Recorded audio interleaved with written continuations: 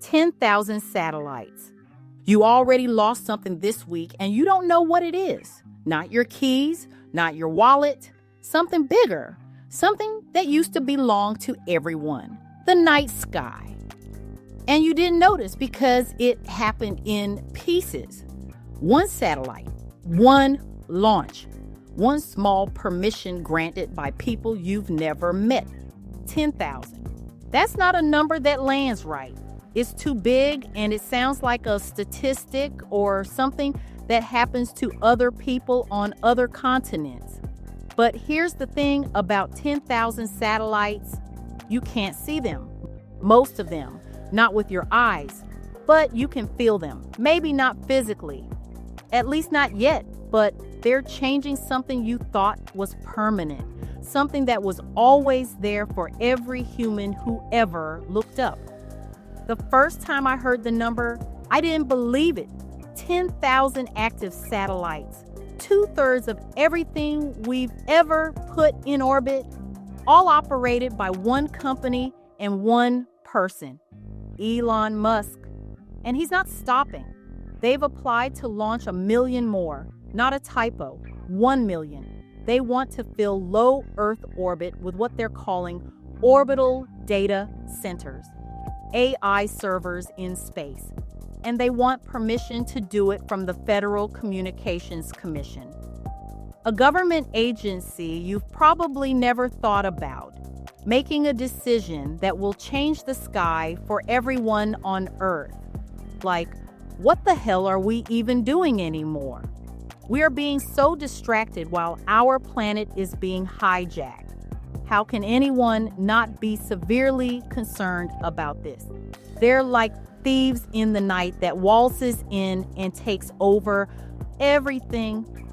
Please hear me on this, fam, and truly give yourselves permission to understand. The sky you grew up with, the one you looked at as a kid and wondered what was out there, that sky is already gone. It's been gone for a while. You just didn't know what you were looking at. The first time a Starlink satellite crossed the night sky, it looked like a shooting star. Maybe you saw one and thought it was beautiful. But what you were seeing was the beginning of the end. Not dramatic, not explosive, just a line of light moving too fast to be a plane, too steady to be a meteor, and now there are 10,000 of them. The European Southern Observatory just published a study that should terrify you. They simulated what the sky will look like when all these satellites are up there. If SpaceX gets approval for their 1 million data center satellites, plus the other constellations from Amazon and China, we're looking at 1.7 million satellites in orbit. And for a large fraction of every single night, hundreds of them will be visible, up to several thousand at once. The number of stars you can see with the naked eye under perfect conditions, about 2,000. Do the math.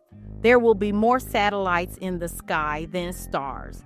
The night sky that every human before us looked up at will look like a bright city suburb. That's not poetry. That's a scientific calculation. And the scientists who made it are not alarmists. Olivier Hainaut, the astronomer who led the study, has been working on satellite mitigation for years. He's not against technology, but his numbers are clear. No more than 100,000 faint satellites should orbit Earth if we want to preserve ground-based astronomy. We're already at 14,000, and we're talking about 1 million more. But let me stop here and be fair. Starlink provides internet to over 10 million users across 160 countries. Remote villages, war zones, places where traditional broadband never reached. I need you to understand that I see the value. I see the argument. I'm not telling you this is simple. The people who built this system have a case to make. Global connectivity is real. For the first time, a kid in rural India can access the same information as someone in New York. I get it. But here's what I don't get. The same company that brought you that connectivity is now asking permission to fill the sky with something that has nothing to do with internet. Data centers, AI servers in space. They filed an application with the FCC in January 2026 for up to 1 million orbital data center satellites. And Amazon, of all companies, sent a 17-page letter to the FCC asking them to reject it. You know, Amazon has their own satellite system called LEO, 300 satellites. They're competitors, but even a competitor should make you pause when they say, this application appears to be an exercise in publicity and messaging, and at worst, an attempt to stake a priority claim over a vast swath of orbital resources with no genuine intent to deploy. That's a direct quote. Amazon wrote that to the FCC, and their arguments are specific.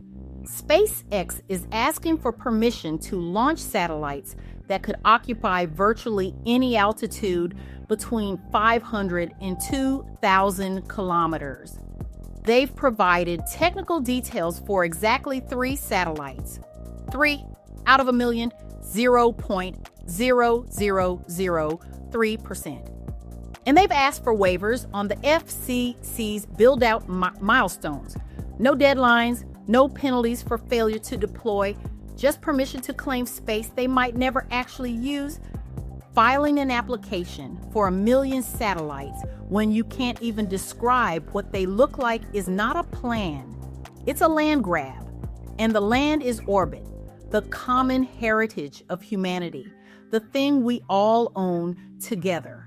And they're filing paperwork to take it.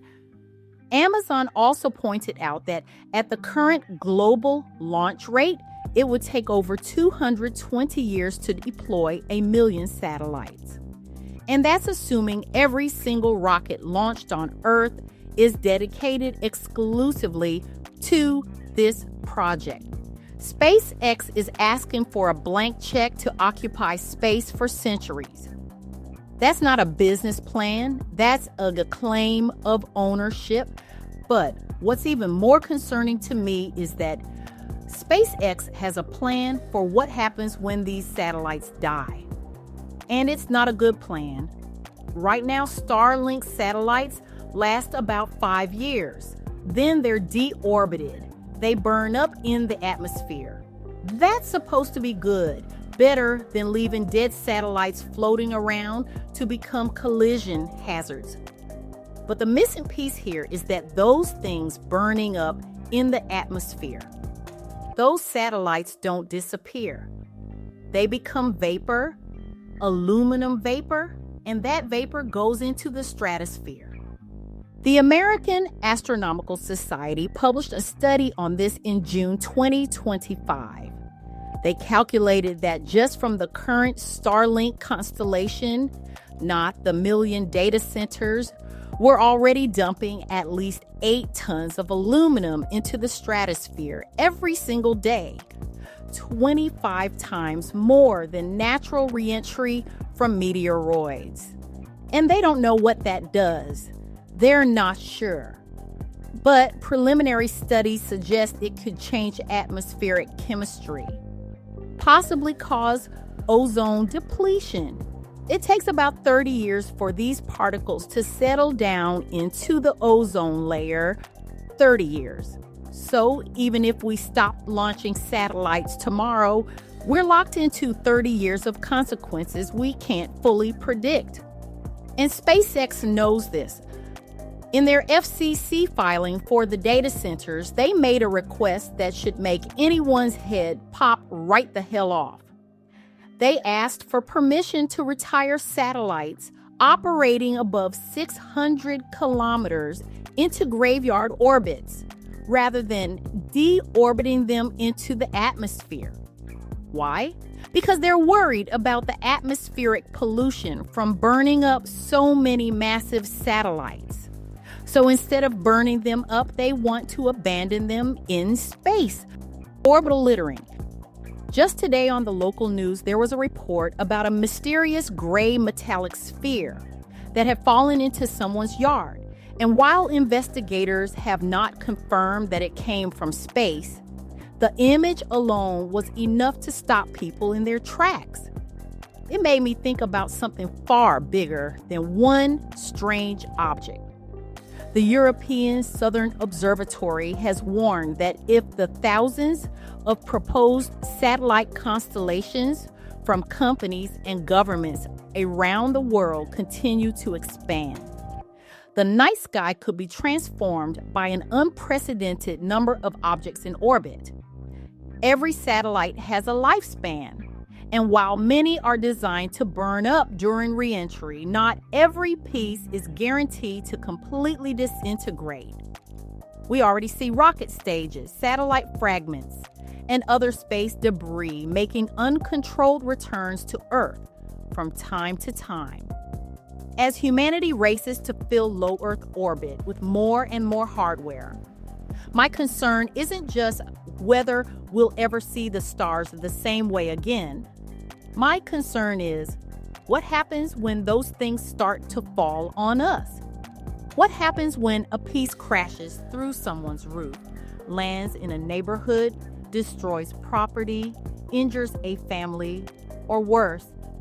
At what point does the convenience of an increasingly crowded sky become a very real safety risk for the people living beneath it? But here's what that means. A space debris expert named Hugh Lewis, a professor of astronautics at the University of Birmingham, did the math. If SpaceX retires 80% of their million data centers into graveyard orbits, that's 800,000 derelict satellites every 5 years. The collision risks in graveyard orbits would quickly reach unsustainable levels. And fragments from collisions there could reach all important Earth orbits.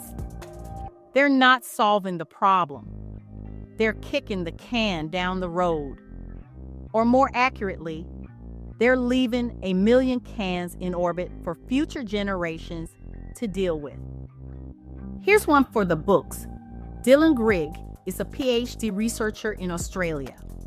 For 3 years, he took a picture of the sky every 2 seconds from a remote site in Western Australia. 73 million images. He was studying how satellites are interfering with radio astronomy. And what he found is that Starlink satellites are emitting unintended radio noise, not the signals they use for internet, just electronic noise from onboard systems. And that noise is drowning out the faint signals from the earliest stars and galaxies. The kind of signals scientists are trying to detect with the Square Kilometre Array, the world's largest radio telescope. Here's his quote. "I could be standing next to you with a megaphone screaming at you, and you're trying to hear your mate over the other side of the oval. It makes it very difficult." That's the current state of radio astronomy. Scientists trying to listen to the universe through a megaphone. The second generation Starlink satellites emit up to 32 times more of this unintended radiation than the first generation. 32 times. And their signals are 10 million times more intense than the faintest source's LOFAR. The world's largest radio telescope is trying to observe. We are blinding our own telescopes, not because we have to, but because they haven't bothered to stop. And this is happening right under our noses. I did an episode called 3-Card Monte, and it reveals exactly the power move I'm discussing here. But what's it costing us? Let's be concrete. Each Starlink satellite weighs about 1,000 pounds. 1,000? Imagine if one of those things fell to Earth, despite how much it burnt falling through our atmosphere. It could be lights out for someone just based on speed alone. Each one has a lifespan of 5 years. That's about 10,000 satellites burning up every year. Do the math on the materials alone. The aluminum in those satellites reacts with ozone. It forms aluminum oxides. Aluminum oxides catalyze chlorine activation. You know what that does? It destroys ozone. The same ozone we spent decades trying to repair. The holes in the ozone layer were a global emergency. We banned CFCs. We made international agreements. We spent billions. And now we're putting thousands of tons of ozone-destroying materials into the stratosphere every year. I don't know exactly how this ends. None of us do. But we know what the pattern looks like. And the pattern is this. A company discovers something valuable. In this case, space. They extract it for profit. The costs are externalized. Everyone else pays the environment, astronomy, our children. And by the time we realize the damage, it's too late to undo. Let's talk about Kessler syndrome. You might have heard of it. You probably don't fully understand it. Kessler syndrome is a chain reaction. One collision creates debris. Debris hits other satellites. Those satellites become debris.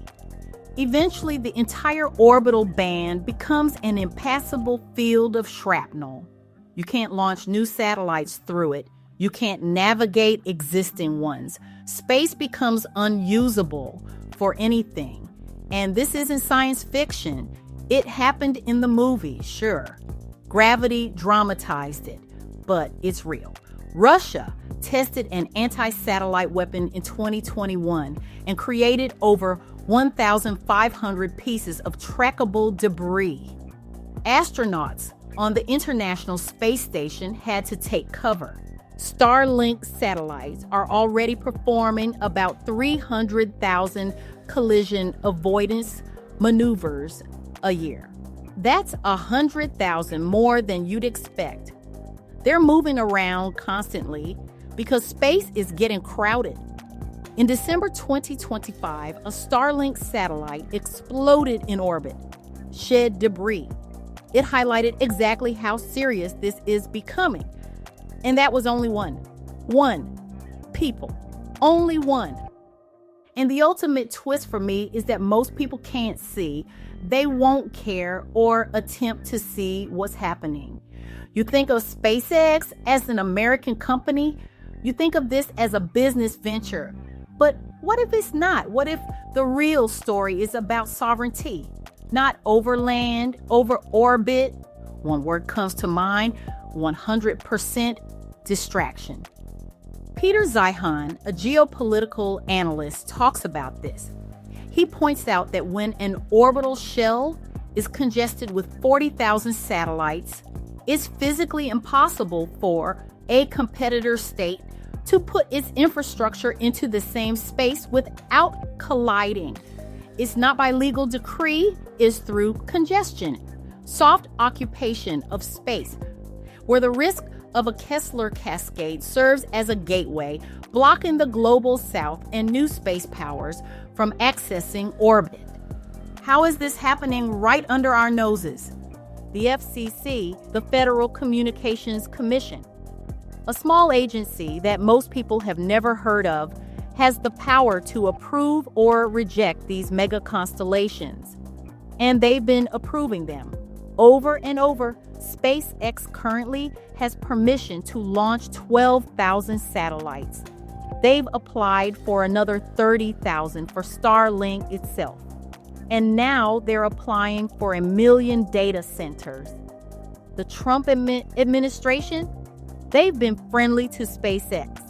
Elon Musk has had direct access. It's not a conspiracy, it's just reality. The richest man in the world has a direct line to the most powerful government on earth, and he's using it. I want you to feel this. The night sky isn't a luxury. It's not romantic. It's the original technology. Every human who ever lived before us looked up at the same sky. The stars were navigation. They were timekeeping. They were wonder. They were the source of everything we know about physics, about the universe, about our place in it. And we're giving that up, not for something necessary, for something that hasn't even been proven to work. SpaceX wants to put AI data centers in orbit. Why? Because cooling is cheaper in space. The vacuum is cold. You can run servers, you can train AI models, and you can do it without paying for electricity to run cooling towers. That's the economic argument. That's what we're trading the sky for, slightly cheaper AI training.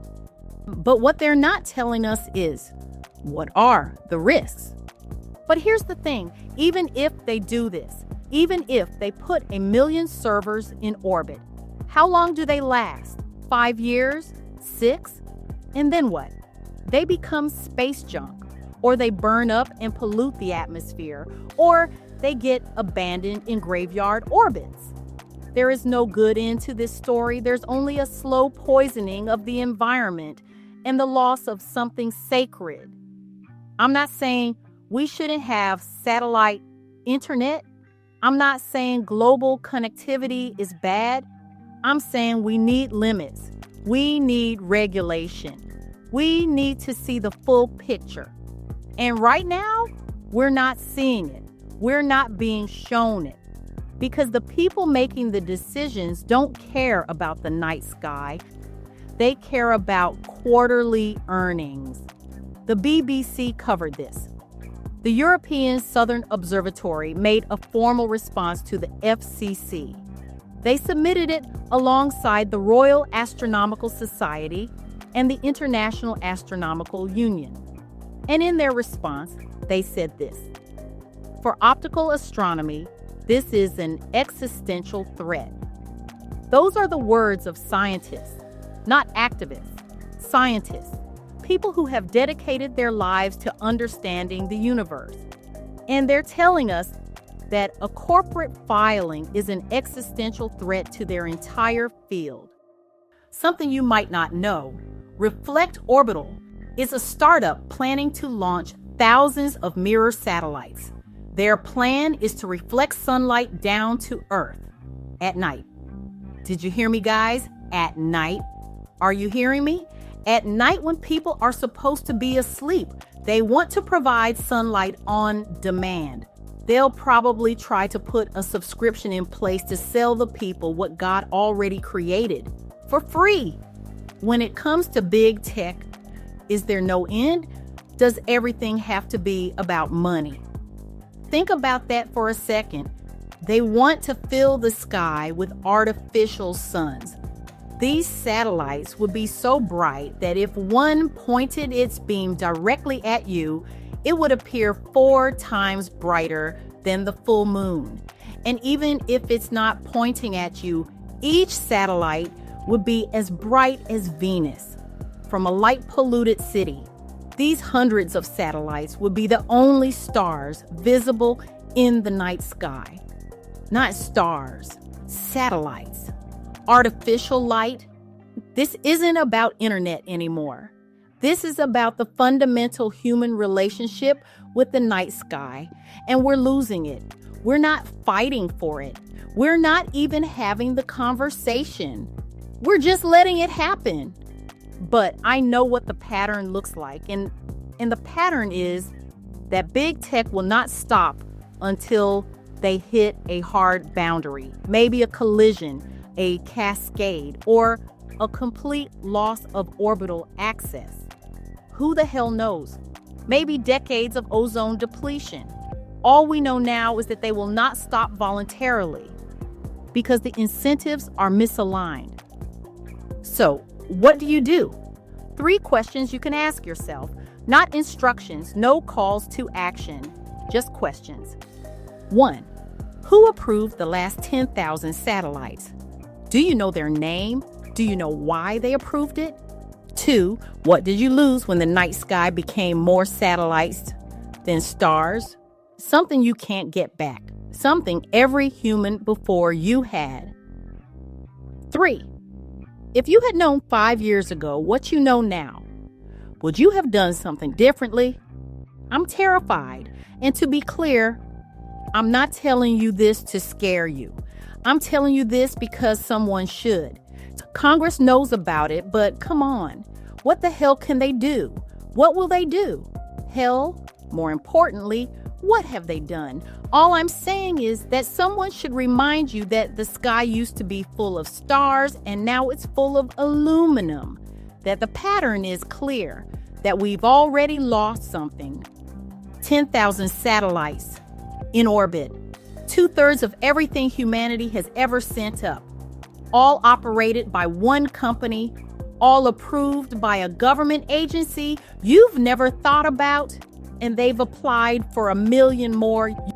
You know this now. You've heard it. As always, do your research. The question isn't whether you can stop it. The question is whether you can forget it.